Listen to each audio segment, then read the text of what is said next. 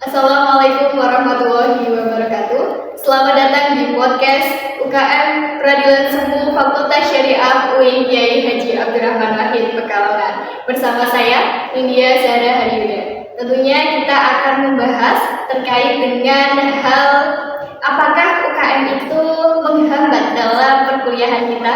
Yang tentu kita sudah bersama dengan narasumber luar biasa, yaitu ada Ketua Umum Peradilan Semu periode 2024, ada Tum Abdillah.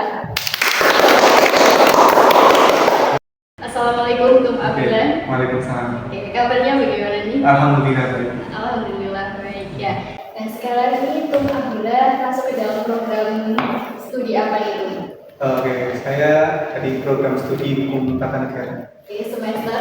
Untuk sekarang semester 6 ya, karena masih liburan ya. Tapi kalau beberapa bulan lagi mungkin udah masuk semester 7 lagi. Masya Allah ya. Ini masih dalam proses pusing-pusingnya gitu ya? Ya pusing nggak pusing sebenarnya. Masih menyusun proposal gitu. Ya proposal dan sebagainya. Ya pusing nggak pusing. Nah kalau boleh tahu itu ya, kesibukan dari Tum Abdillah saat ini itu apa sih? Untuk kesibukan saya sendiri untuk sekarang mungkin sibuk di perkuliahan sama organisasi. Mungkin ya sibuk di dua aja. Yang lainnya kayaknya Jadi organisasi apa yang digeluti oleh Tum Abdillah? Untuk sekarang aktif di dua organisasi. Pertama organisasi UKM Peradilan Semu. Kemudian yang kedua ada organisasi daerah dari Brebes. Jadi selain di UKM ataupun organisasi di intra kampus gitu ya, juga ada kegiatan di luar kampus gitu ya. Nah untuk tentu ini Tum Abdillah kan sudah menjadi ketua gitu ya, Ketua Umum Peradilan Semu periode 2024, betul ya Tum? Nah sebelum menjadi ketua umum tentu ini melewati proses yang luar biasa juga gitu ya, mempunyai lika-liku sendiri gitu ya menuju ke ketua umum gitu. Nah sejak kapan sih Tum Abdillah ini gabung di UKM Peradilan Semu? Untuk bergabung di UKM Peradilan Semu sendiri, kalau saya bergabung di mulai tahun kedua di perkuliahan, karena pada saat saya masuk perkuliahan di tahun pertama itu masih pandemi ya, tahun 2021. Jadi belum tahu organisasi apa aja yang ada di kampus ini. Kemudian iya, berarti menjak semester 3 itu udah mulai ikut diskusi-diskusi kegiatan teman-teman Peradilan Semu. Kemudian satu semester kemudian di semester 4-nya itu ngedaftar jadi pengurus gitu. Jadi di semester 4 sama semester 5 saya jadi pengurus waktu itu. Terus kemudian baru di semester 6 sampai dengan nanti semester 7 ya, itu jadi pengurus lagi dan dapat amanah dari teman-teman untuk menjadi ketua dari semua itu. Masya Allah ya. Jadi dari tahun pandemi yang memang itu belum masuk ke dalam masih online ya, masih online di rumah saja gitu ya. Dan sekarang sudah menjadi ketum, gimana tuh perasaannya tuh? Ya perasaannya sungguh luar biasa. Jadi ya nggak nyangka sebenarnya sampai berada di titik ini, tapi melihat proses tadi ya menjadikan saya sampai di sini kan. Jadi ya tentunya bangga pada diri sendiri. Di Fakultas Syariah sendiri itu kan ada beberapa UKM gitu ya, tidak hanya UKM Peradilan Semu gitu. Nah, kenapa sih Tum Abdillah ini memilih UKM Peradilan Semu? Jadi alasan kenapa memilih UKM Peradilan Semu mungkin yang pertama karena mungkin sejalan dengan kita dari dulu. Jadi kemungkinan besar prospek kerja ke depannya mungkin berkaitan dengan peradilan gitu, entah itu jadi hakim, entah jadi advokat, entah itu jadi jaksa dan sebagainya gitu. Selain itu juga ya mungkin dengan cita-cita saya juga ya, karena ya punya cita-cita juga berkaitan dengan peradilan. Jadi adanya peradilan Semu ini mungkin menjadi wadah buat mengembangkan diri saya dan juga berproses gitu. Bagaimana sih cara kita untuk mencapai cita-cita kita kayak gitu. Kemudian tadi kenapa peradilan Semu, tentunya itu menjadi penunjang kita karena di perkuliahan kita hanya mendapatkan teori-teori saja, sedangkan di organisasi tentunya kita bukan hanya berbicara teori saja, melainkan juga praktiknya. Dan praktik itu mungkin kalau di Braderisme ada pemberkasan sampai di mana dipraktisikan gitu. Jadi dengan adanya Braderisme itu merupakan wadah yang tepat untuk pengembangan diri saya sendiri. Jadi relevan gitu ya dengan cita-cita diri untuk Abila sendiri. Oke. Nah, setelah join di UKM Peradilan Semu, apakah ada perubahan gitu di dalam diri untuk Abila sendiri? Perubahan tentunya ada ya, misalnya perubahan di sini pasti perubahan yang lebih baik. Perubahan yang saya rasakan sendiri ya kayak gini, saya bisa lebih percaya diri kalau ngobrol dengan teman-teman itu atau mungkin di dalam forum ngobrol itu saya lebih percaya diri, lebih berani itu. Selain itu juga berkaitan dengan pengetahuan saya sendiri. Mungkin sebelumnya saya cuma tahu hanya teorinya saja, tapi setelah join di Braderisme tentunya praktik-praktik itu lebih tahu juga. Mungkin teman-teman yang hanya kuliah saja mungkin lebih mau berfokuskan di teorinya saja. Tapi kalau saya sendiri setelah bergabung di Braderisme itu bukan hanya teorinya saja yang mungkin saya ketahui, tapi berkaitan dengan praktik-praktiknya itu bisa saya kuasai juga. Jadi selain teori gitu ya, di perkuliahan juga ada praktik di UKM Peradilan Semu. Nah, ada nggak sih Tung Abdillah gitu ya ketika di kelas nih masih ada perkuliahan gitu kan, kemudian Tung Abdillah ini menjadi seseorang yang paling tahu gitu setelah mengikuti UKM Peradilan Semu? Ya, tentunya mungkin pernah ya kayak gitu karena pas kemarin itu kita diskusi dulu di UKM Peradilan, jadi kita berkaitan dengan hukum materi formil lebih dahulu di UKM Peradilan, baru saya mendapatkan makulnya. Jadi pada saat makul itu lebih mudah lagi teman-teman. Jadi selain teori gitu ya, di perkuliahan juga ada praktik di UKM Peradilan Semu. Nah, ada nggak sih Tung Abdillah gitu ya ketika di kelas nih masih ada perkuliahan gitu kan, kemudian Tung Abdillah ini menjadi seseorang yang paling tahu gitu setelah mengikuti UKM Peradilan Semu? Ya, tentunya mungkin pernah ya kayak gitu karena pas kemarin itu kita diskusi dulu di UKM Peradilan, jadi kita berkaitan dengan hukum materi formil lebih dahulu di UKM Peradilan, baru saya mendapatkan makulnya. Jadi pada saat makul itu lebih mudah lagi teman-teman. Jadi pada saat makul ya kalau ditanya mungkin bisa dikatakan yang sering ngejawab, sering menanggapi itu mungkin dari teman-teman Peradilan sendiri, khususnya saya ya. Jadi pada saat perkuliahan tentunya bisa bisa nunjukin ini loh saya kayak gitu. Jadi ada benefit tersendiri. Iya, ada benefit tersendiri. Oke. Nah, selain dari itu semua nih, ada benefit-benefit lain nggak sih yang didapatkan Tung Abdillah setelah join di UKM Peradilan Semu? Oke, mungkin benefit lain mungkin mengikuti perlombaan mungkin. Jadi setelah kita mungkin udah tahu teorinya kayak gimana, terus juga praktiknya kayak gimana, kan sayang banget kalau misal kita nggak kembangkan lagi.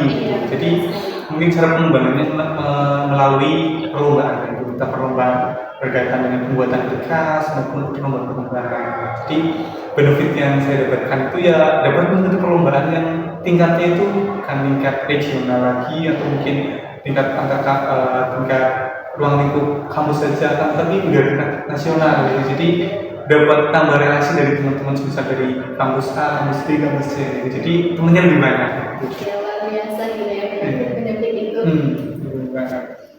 Dan dari perlombaan tersebut itu ada yang paling berkesan nggak sih untuk Tung Abdillah? Dari perlombaan tersebut mungkin pas perlombaan yang kedua itu lomba legal drafting. Jadi pada waktu itu kita emang benar-benar harus start dari awal banget gitu. Jadi pada saat belajarnya itu benar-benar dikebut gitu. Jadi walaupun mungkin dengan keterbatasan waktu, tapi kita bisa optimal di situ. Jadi wah ternyata dalam waktu yang lumayan singkat ini ternyata bisa ya berkembang. Jadi ya di situ merasa bahwa kita itu ya kalau kita nggak dipacu dengan kemauan kita sendiri itu ya nggak bisa berkembang gitu. Tapi pada saat itu ternyata bisa walaupun dengan keterbatasan. Jadi UKM Peradilan Semu ini tentu berdampak besar gitu ya bagi Tung Abdillah untuk mengembangkan dirinya gitu ya. Setelah join di UKM Peradilan Semu, Tung Agila ini mempunyai pengalaman yang memorable gak sih, yang sulit untuk dilupakan selain lomba tadi ya? Mungkin kegiatan-kegiatan diskusinya pertama mungkin. Jadi walaupun mungkin diskusinya dalam waktu yang singkat akan, tapi banyak sekali ilmu yang didapatkan di situ. Jadi yang sebelumnya saya nggak tahu atau mungkin kurang paham, setelah diskusi mungkin bisa lebih paham lagi kayak itu. Selain itu juga selain diskusi dan juga peluang tadi ya, mungkin rasa kekeluargaan di UKM Federalisme ini yang menurut saya perlu diapresiasi ya. Jadi emang keluarganya kuat banget di Federalisme, baik itu di antar pengurus itu sendiri maupun dengan pengurus sebelumnya. Jadi walaupun teman-teman pengurus sebelumnya itu sudah purna, tapi kita sering komunikasi, misal ada masukan dan yang lain-lain bisa disampaikan juga kita. Jadi kita bisa memperbaiki. Jadi kekeluargaan yang ada di Federalisme ini menurut saya sangat kuat ya gitu. Jadi komunikasinya itu masih terjalan sampai ya, masih terjalan sampai sekarang gitu. Walaupun mungkin ada teman-teman yang sudah purna, yang mungkin sudah lanjut S2 atau mungkin sudah bekerja dan lain-lain, tetap masih ada komunikasi ke teman-teman Federalisme yang sekarang. Tentunya yang diambil adalah pengalamannya. Ya, pengalamannya tentu. Nah, Tung Agila ini kan selain tadi ya sudah disebutkan sibuk di UKM Federalisme, itu mempunyai kegiatan di luar kampus gitu ya, atau eksternal gitu. Nah, bagaimana sih untuk manajemen waktunya sendiri dari Tung Agila? Oke, antara perkuliahan dengan organisasi saya rasa itu dua hal yang berbeda, karena tapi itu harus dijalankan secara berbarengan. Artinya adanya organisasi atau UKM Federalisme itu sebagai penunjang perkuliahan kita, penunjang perkuliahan. Selain itu juga adanya UKM ini menjadi wadah untuk pengembangan diri kita seperti itu. Nah, materi-materi atau teori-teori yang kita dapatkan di perkuliahan sebelumnya bisa kita praktekkan di UKM atau di organisasi. Jadi keduanya itu harus berjalan beriringan, harus berbarengan kayak gitu. Karena keduanya itu emang saling menunjang gitu. Terus kemudian berkaitan dengan organisasi internal sama eksternal, untuk bagi waktunya kayak gimana. Kalau saya sendiri itu melihat posisi kita itu seperti apa. Kalau misal di UKM Federalisme sendiri, karena saya sebagai ketua ya, maka mungkin skala prioritasnya lebih condong ke UKM Federalisme karena mempunyai tanggung jawab yang lebih. Tapi bukan berarti organisasi luar itu saya kesampingkan atau saya tinggalkan, bukan seperti itu. Tapi skala prioritasnya lebih tinggi di UKM Federalisme. Tapi berkaitan tanggung jawab, tetap saya tanggung jawab di organisasi lain itu. Mungkin kalau misal contohnya ya, kalau misal ada kegiatan yang ternyata jadwalnya bentrok, mungkin saya pada saat pelaksanaan nggak bisa ikut di organisasi lain gitu. Tapi partisipasi saya bukan berarti nggak ada ya, tapi partisipasi saya lebih ke pas persiapan acaranya, ide gagasan dan yang lain-lain itu. Jadi lebih ke ngusulin ABC dan sebagainya, atau mungkin butuh perlengkapan atau yang lainnya ya. Itu mungkin bagian kayak gitu. Tapi pada saat pelaksanaannya mungkin nggak bisa hadir, dan itu harus dikomunikasikan sejak awal kepada teman-teman di organisasi lain. Jadi agar mereka itu nggak ngandelin saya pada saat pelaksanaan gitu, kayak gitu. Terus kemudian pada saat pelaksanaan itu udah dihindari juga di sana. Terus juga acara UKM yang berjalan berbarengan juga bisa dilaksanakan kayak gitu. Jadi lebih prioritaskan yang mana nih gitu kan, tanggung jawabnya gitu ya dalam organisasi tersebut. Ya, betul. Nah, ada sempat kayak keteteran nggak sih untuk membagi waktu di organisasi tersebut? Oke, mungkin untuk awal mungkin ya rasa keteteran, karena ya apalagi pada saat menjadi pengurus biasa, karena kan skala prioritasnya masih sama nih pada saat awal. Jadi mungkin tuh cara memprioritaskan itu agak susah di situ. Tapi setelah berjalannya waktu itu mungkin bisa lebih manajemen waktunya itu bisa lebih baik lagi. Terus juga berkaitan dengan pelaksanaan semisal jadwalnya bentrok, mungkin bisa disampaikan dulu apabila ternyata aku berperan di dua-duanya, ada peran penting di dua-duanya, maka mungkin kita nyari target yang berbeda gitu, baik itu di UKM-nya maupun di luar, biar hal itu bersesuaian dengan sama-sama. Jadi bisa lebih manajemennya bisa lebih gampang lagi kalau sekarang gitu. Ya, untuk perkuliahan sendiri, apakah itu mengganggu perkuliahan dari Tum Abdillah? Saya rasa tidak sih, seperti yang saya jelaskan tadi ya, bahwa adanya organisasi ini sebagai penunjang perkuliahan gitu. Jadi ya saya nggak merasa terhambat UKM ini sebagai menghambat perkuliahan saya, tapi justru menunjang saya. Karena ada beberapa hal yang memang nggak diajarkan di perkuliahan dan saya dapatkan di organisasi. Begitu pun sebaliknya, apa yang saya dapatkan di perkuliahan dan juga dapetin di organisasi. Jadi keduanya itu saling melengkapi gitu. Jadi yang menurut saya nggak ada hambatan di situ. Jadi antara UKM dan juga perkuliahan itu sama-sama beriringan gitu ya, berjalan beriringan gitu. Tidak ada yang lebih ditekankan di perkuliahan ataupun ditekankan di UKM.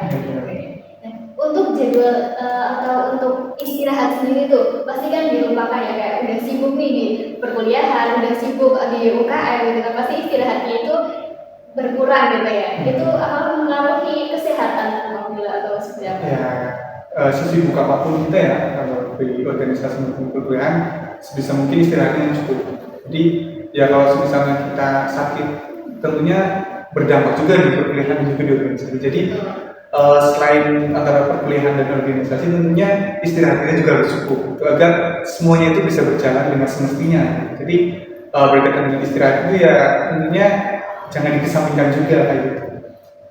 Semisal gini, semisal di minggu-minggu ini sibuk banget di jadwalnya padat, maka di malamnya mungkin kita bisa istirahat lebih cepat misalnya gitu.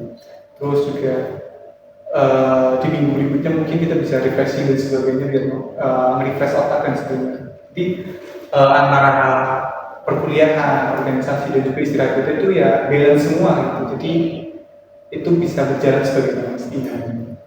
Jadi tidak ada yang berat sebelah gitu ya, sehingga karena kesehatan itu tentu penting gitu ya untuk kegiatan kita, menunjang kegiatan kita dalam berorganisasi, berkuliah juga harus memperhatikan kesehatan kita gitu ya.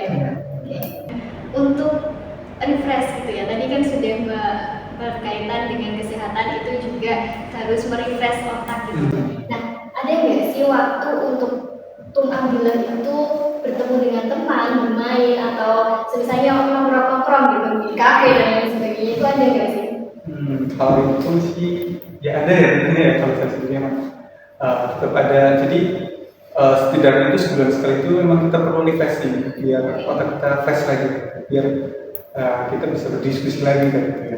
Jadi untuk waktunya itu biasanya kalau saya sendiri itu seenggaknya 1 bulan itu sekali, itu paling sedikit. Bahkan kalau emang lagi agak senggang mungkin bisa sebulan 2 kali baru nongkrong sama teman-teman, ngobrol-ngobrol, entah itu ngobrolin tentang perkuliahan, itu ngobrolin tentang organisasi atau ngobrolin yang lain juga. Jadi ada waktu tersendiri buat ngobrol sama teman-teman kita semua.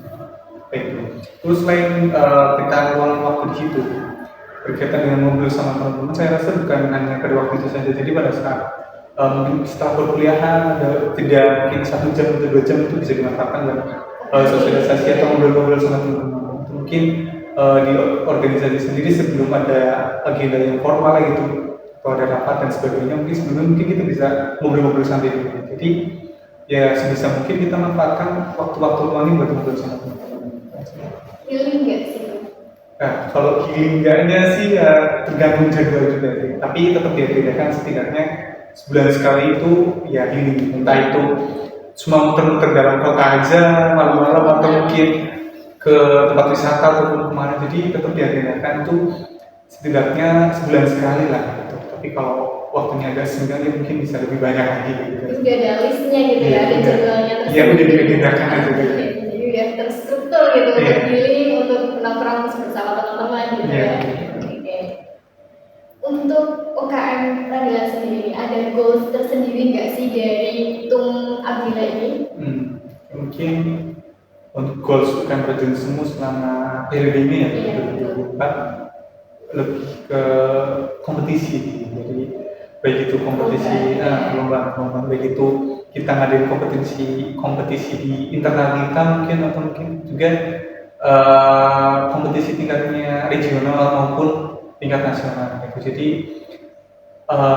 intinya kita bisa bersaing baik itu di internal maupun di eksternal.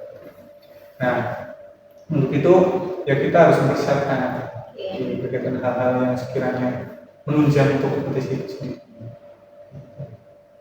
Nah, untuk mencapai goals tersebut ada step-stepnya nggak sih, atau langkah-langkah gitu? Oke. Kalau di Camperisme sendiri sebenarnya setiap agenda yang kita adakan atau program kerja yang kita buat itu sebagai penunjang kita untuk goals tadi ya, untuk lomba atau kompetisi tadi. Jadi baik itu dimulai dari diskusi-diskusi, sebelum diskusi mungkin ada open recruitment ya, jadi open recruitment penerimaan anggota baru, kemudian kita adakan diskusi-diskusi untuk beda hukum pidana perdata, baik itu materi maupun formil. Kemudian setelah kita belajar itu semua, diskusi-diskusi, kita praktikkan sidang. Dan pada saat praktik sidang kita memposisikan sebagai hakim, sebagai penuntut umum, sebagai penasihat hukum atau sebagai kuasa hukum kalau perdata. Jadi kita berperan seperti mereka. Jadi ada pemeranan juga. Jadi selain kita dapetin teori pidana perdata misalnya, kita juga bisa improve cara kita berbicara itu gimana. Misalnya posisi saya jadi hakim itu ngomongnya itu kayak gimana sih, atau mungkin jadi penuntut umum itu cara ngomongnya gimana sih, cara membaca dakwaan atau tuntutannya kayak gitu. Jadi kita praktikkan di praktik persidangan kayak gitu. Nah setelah itu semua udah, kalau misalnya ada kompetisi perlombaan, maka mungkin kita lebih dispesifikasikan persiapan untuk perlombaan. Misalnya perlombaan pidana, maka kita menekan pidananya. Kalau misalnya banyak perdata, kita menekan perdata. Itu juga itu juga sebagai bentuk kita untuk mempersiapkan perlombaan itu sendiri. Yang nanti goalsnya kita membentuk perlombaan itu. Jadi udah dari jauh-jauh hari gitu ya? Iya, bukan hari lagi, itu dari awal periode sampai dengan nantinya perlombaan itu kita udah punya apa saja sih yang harus dicapai di minggu ini sih, kan mungkin di bulan ini apa sih yang harus selesai. Gitu. Jadi setiap bulannya atau setiap minggu itu kita udah dekat. Nah, jadi di UKM Peradilan Semu tadi itu untuk mencapai goals tersebut itu ada stepnya, yaitu dari diskusi gitu kan, belajar terkait dengan materi-materi, kemudian juga diimplementasikan ke dalam persidangan. Di situ kita mengetahui nih euforia persidangan itu seperti apa gitu ya.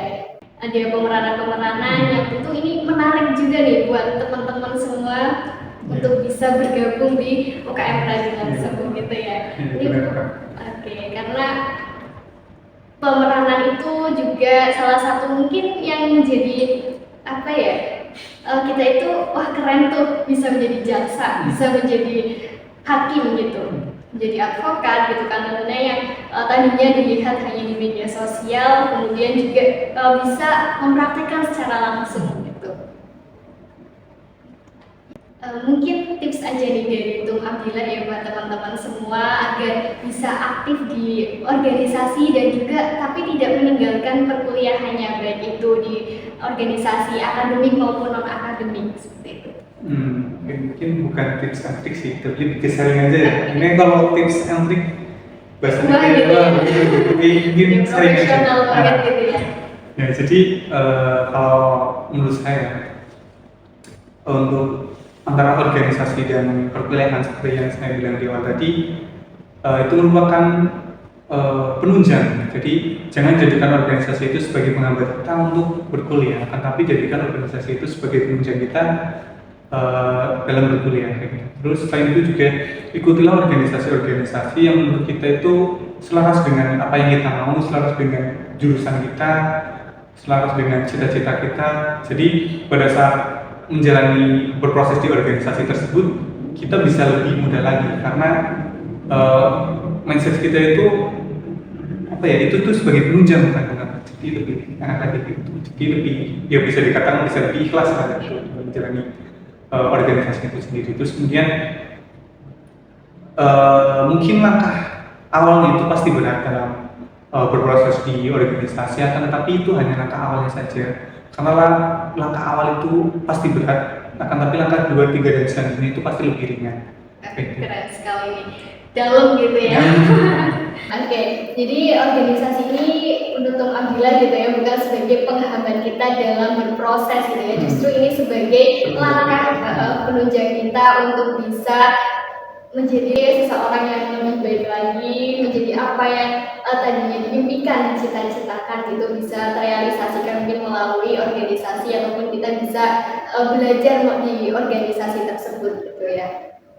Ikutilah organisasi sesuai dengan minat dan bakat teman-teman semua agar apa yang teman-teman lakukan itu bermakna gitu, kemudian juga bisa menjadi hal yang baik untuk teman-teman semua gitu ya. Antum ada kesan-kesan nggak nih untuk teman-teman semua? Pesan-pesan ya, mungkin jangan pernah takut berproses teman-teman, karena kalau kalian takut berproses tentunya itu menghambat kesuksesan kalian. Langkah awal kalian itu pasti sangat berat, akan tapi itu bakal menunjang langkah berikutnya gitu. Akan tapi akan tetapi oke. Sebaik-baiknya manusia adalah yang bermanfaat bagi orang lain. Akan tapi sebelum kalian bermanfaat menjadi untuk orang lain, tentunya kita harus bermanfaat untuk diri sendiri. Masya Allah sekali. Oke, terima kasih Tung Abdillah Ya, sudah menyempatkan waktunya gitu di tengah kesibukannya gitu ya. Dan terima kasih juga untuk teman-teman. Semoga Tung Abdillah menjadi seorang yang sukses ke depannya, dan untuk UKM Peradilan semua juga bisa sukses selalu berkembang. Kemudian untuk perlombaannya gitu ya Tung, ke depannya itu bisa berhasil semua. Kan? Dan semoga juga kita semua bisa menjadi seorang yang sukses. Amin. Amin.